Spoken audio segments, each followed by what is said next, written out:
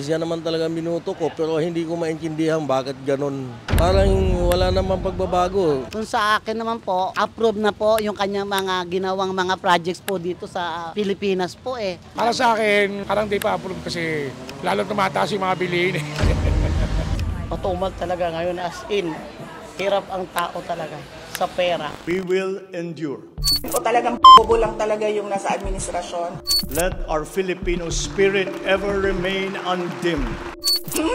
Ay, alam mo, sa totoo lang talaga, nahihiya ako as a Filipino ba, na nanonood yung ibang bansa sa atin and ganito yung estado. This is the state of the nation. The state of the nation is sound.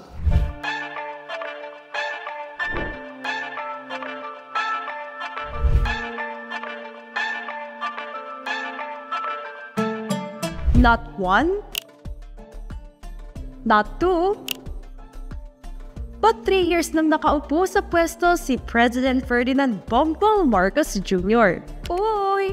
Happy 3rd anniversary na ang bate! Pero happy nga ba ang mga Pilipino sa kanyang pamamalakad? Sa kabi-kabilang issue na nagdaan nitong taon at sa nalalapit niyang State of the Nation address, oras na para bigyan ng grado ang Pangulo. Approve o improve ba ang ikatlong taon ni PBBM sa Malacanang? Hindi. Saan siya ngayon? Binaha na tayo ng binaha. Wala siya. Parang wala na siyang concern. Improve pa po para sa inyo. Improve din talaga. Kailangan pag-aralan naman nila yung tungkol sa mahihirap. Pasado naman, pasado. Pasado naman po. Bakit po niyo sabing pasado tayo? Okay lang pagka yung mga kahit tumaas yung okay naman, maganda naman din yung inaano niya. Maganda naman yung pamamalakad. Pamamalakad niya. Improve, syempre. I think na napakarami pang kailangan i-catch up ng administrasyong ito. Halimbawa na lamang sa mga gut issues, halimbawa yung pagkontrol ng inflation, pagpapababa ng presyo ng mga bilihin. Kung sa akin naman po, approve na po. Kasi po lahat naman po ng iniwan ni ex-Pangulong Rodrigo Duterte, tinuloy niya po at dinagdagan niya pa po ang mga projects po. 20 peso rice is here to stay. It is achievable, it is sustainable. Kaya abangan ninyo in your nearest public market. Pinatunayan niyang hindi mapapako ang pangako niyang 20 pesos kada kilo ng bigas. Ang tanong, hanggang kailan ito magtatagal sa merkado? Ayon sa Department of Agriculture, mayroong 125 kadiwa outlets mula sa 721 na kadiwa site sa bansa ang nagbebenta ng 20 pesos kada kilo ng bigas na limitado lang para sa persons with disabilities, senior citizens, mga miyembro ng 4Ps at single parents. Kung isa kang ordinaryong mamimili, ito ang bubungad sa'yo sa palengke. Parang nai-immune ka na kasi sa taas ng bilihin. Para bang kung ano na lang ang meron, kung tumaas, edi tumaas. Kung anong meron, yun ang pagkakasyahin. Nahirapan talaga. Hirap talaga sa buhay yung ibang namimili. Sa iba pa, 1/4 na lang. Dating kalahati, 1/4 na lang binibili. Parang lalong nagmahal ng mga bilihin eh. Hindi nyo so inaramdaman yung sinasabi nilang pagbaba ng presyo ng bilihin? Wala kami nararamdaman eh.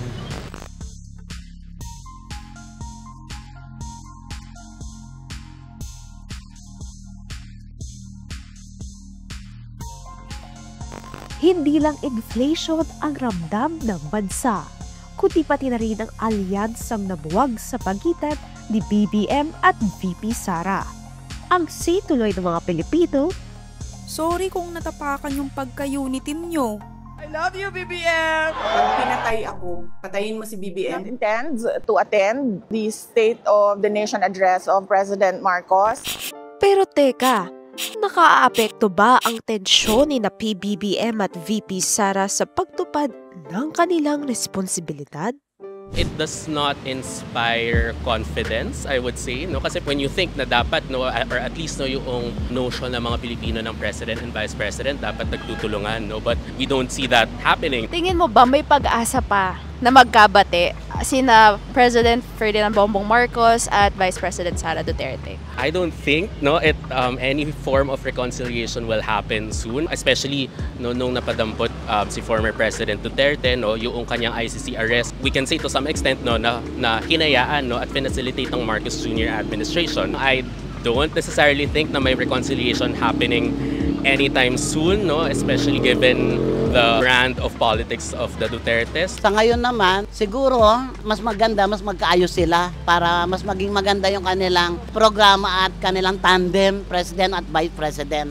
Sa tutusin, pagka naglaban yung dalawa, siguro kay BP Sara ako. Sa tingin ko, maganda yung pamamalakad dyan. Natatakot siguro, parang sa tatay niya, may takot ang mga Pilipino.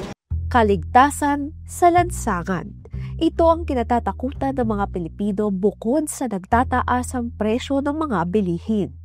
Para sa ordinaryong Pilipino, hindi ang OA, ang liit-liit na bagay, ang makapaglakad sa kalsada ng walang pangamba.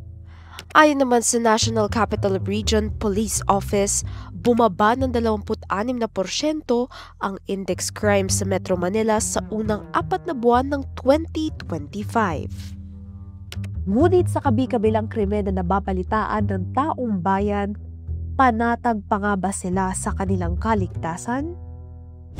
Ngayon, hindi ligtas, hindi katulad ni Duterte, lahat ng lalo na sa gabi, mga pasaway. Dumami pa yung pasaway dito sa Maynila? Oo, dumami. Lalo na doon sa lugar namin. Maraming adik-adik na gumagala din. Kaya hirap kami sumaway. Isa pa nga, sabi nga ng mga pulis, kami na lang daw manghuli. Kawawa naman kami kung kami manghuhuli.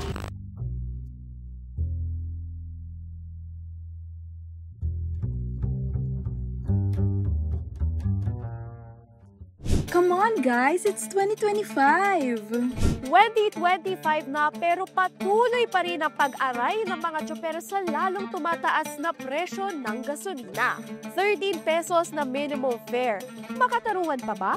Nitong nakaraang buwan lamang, ilang transport groups na rin ang pabor sa taas pasahe sa jeep dahil sa lumalalang tensyon sa Middle East. Kaya ang hirit ng mga driver na sweet lover daw, palambing naman ng pagtaas ng minimum fare kahit piso lang. Ang sagot naman ng mga commuter, Diyos ko po! Pabor po ba kayo na itaas ang minimum fare ng jeepney? Hindi. Ako rin hindi. Kasi syempre, kumbaga yung sa budget mahirap na nga mag-budget para sa pamilya tapos dadagdagan pa. Lalo na yung meron kang nag-aaral, tapos yun sa pagkain. Kaya kahit ang ilang mga tsuper, nakikisimpatya rin sa kanilang mga pasahero. Para po sa inyo tayo, hindi dapat taasan yung minimum fare. Para sa akin talagang hindi pwede. Kasi alam mo, mas marami akong kakilala na mahihirap na nahihirapan mag-budget sa mga anak mag-aral. Pamasahin nila araw-araw. Ay kung papamasahin, tataasan mo pamasahin, paano na? Gapang talaga, utang. Puro utang. Ano naman kaya ang say ng mga ahensya ng gobyerno? Para sa LTFRB, go, go, go! Pero wait naman ang tugon ng DOTR dahil kailangan umanong pag-aralan muna ng economic team ang epekto nito sa mga commuter. Sa kasalukuyan, hindi pa umaabot sa $80 per barrel ang presyo ng krudo sa world market. Kaya ang 2.5 billion pesos na fuel subsidy program, no muna for now. Habang nakabinbin ang subsidiya, ang PUV modernization program naman ang isa pang pinoproblema ng jeepney drivers at operators sa kanilang pamamasada. Dahil pabor ba kayo sa jeepney modernization? Hindi nga ako pwede dyan kasi yan ay hindi naman kakayanin bayaran yan. Pinipilit na kami na kumuha. Aminado naman si Transportation Secretary Vince Dizon na maraming kinakaharap na issue sa pagpapatupad ng PUV Modernization Program. Isa na rito ang lumulubong utang na hindi mabayaran ng transport cooperatives para sa mga modern jeepney na nagkakahalaga ng 2.5 million pesos hanggang 2.8 million pesos kada unit. Patay na kami Hindi pa namin kayang bayaran yan. Kaya para sa amin, wag naman nila kami pilitin. Nabubuhay naman kami ng tama eh.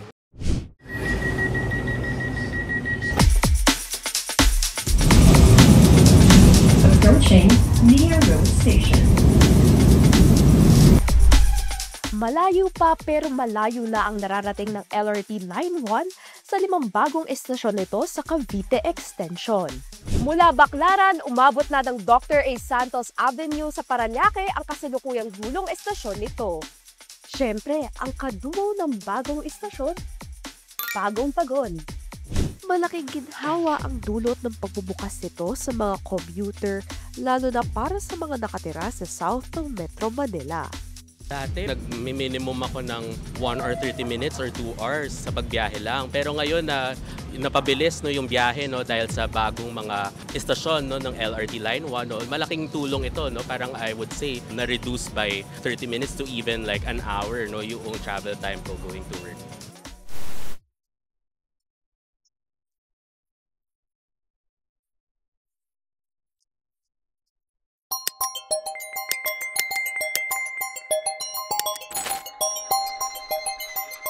Atid ang West Philippine Sea.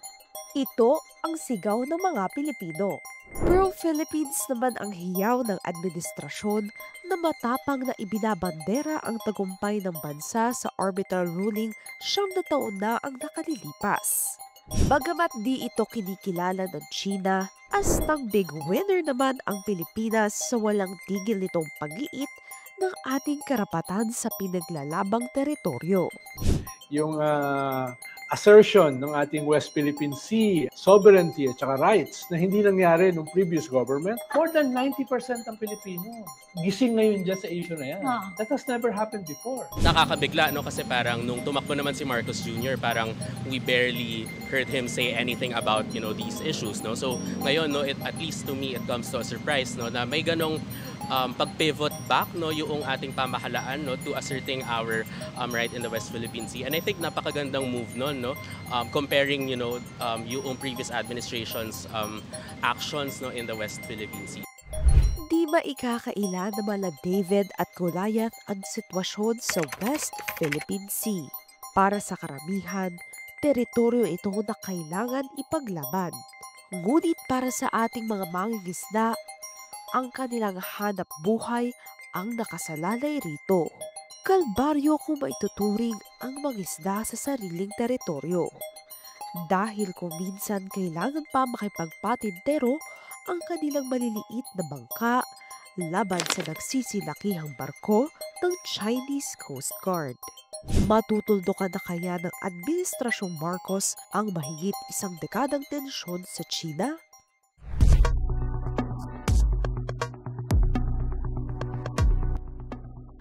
Huy! Pogo out, online gambling in. Matapos ang total ban sa Pogo, ang pagka-addict ng mga Pilipino sa online sugal ang kinahaharap naman ng gobyerno. Nag-online gambling. Kaya lang hindi ko, dati naglalaro ko niya pero tinigil ko. Tingin nyo ba sir dapat ipagbawal na yon? Dapat lang ipagbawal na yon kasi marami nang nalululong dyan eh. Marami sa mga kasamahan ko na naglalaro ng ganyan. Anong epekto sir? Nagbisa, nagsasabi ako sa kanila, walang walang maitutulong sa inyo yan. Aanin lang kayo niyan, lalo kayong malulubog dyan sa laro na yan. Patadamahin lang kayo sa una. Bandang huli, kayo rin ang dyan, mahirapan. Ilan sa mga mambabatas na rin ang nagsusulong ng total ban ng online gambling. Pabor naman kaya si Pangulong Marcos sa kanilang hiling? Maraming pamilya na nasisira dito. Teknolohiya ay nandito para padaliin ang ating buhay, para ilihis ang pamahalaan sa korupsyon. Higit sa lahat, para magtaguyod at magbuklod ng pamilyang Pilipino, hindi para sirain ito. Nakakakalahati na ng termino si Pangulong Marcos. Sa natitira niyang 3 taon, marami pa kayang Pilipino ang pupusta sa paniniwalang aahon sila sa kanyang pamumuno? Subaybayan natin ang ika-4 na sona ng Pangulo.